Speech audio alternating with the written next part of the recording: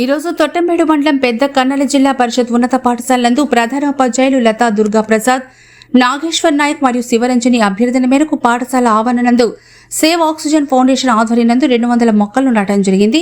వ్యవస్థాపకులు కేశవులు మాట్లాడుతూ, చెట్లంటే మన ఊపిరికి స్వచ్ఛమైన ఆక్సిజన్ అందించాలంటే మొక్కలు చాలా అవసరం.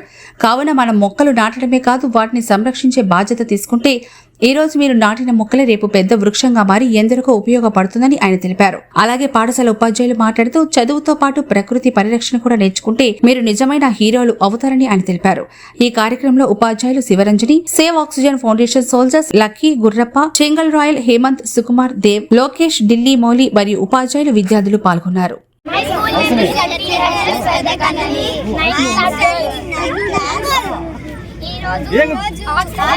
సేవ్ ఆక్సిజన్ ఫౌండేషన్ వాళ్ళు 200 దాకా తీసుకొని వచ్చి మా స్కూల్లో మా దగ్గర నాటించి మా స్కూల్కి ఎంతో హెల్ప్ చేశారు. సో మేమందరం ఏమని చెప్పాలనుకుంటున్నామంటే, thanks to Save oxygen foundation.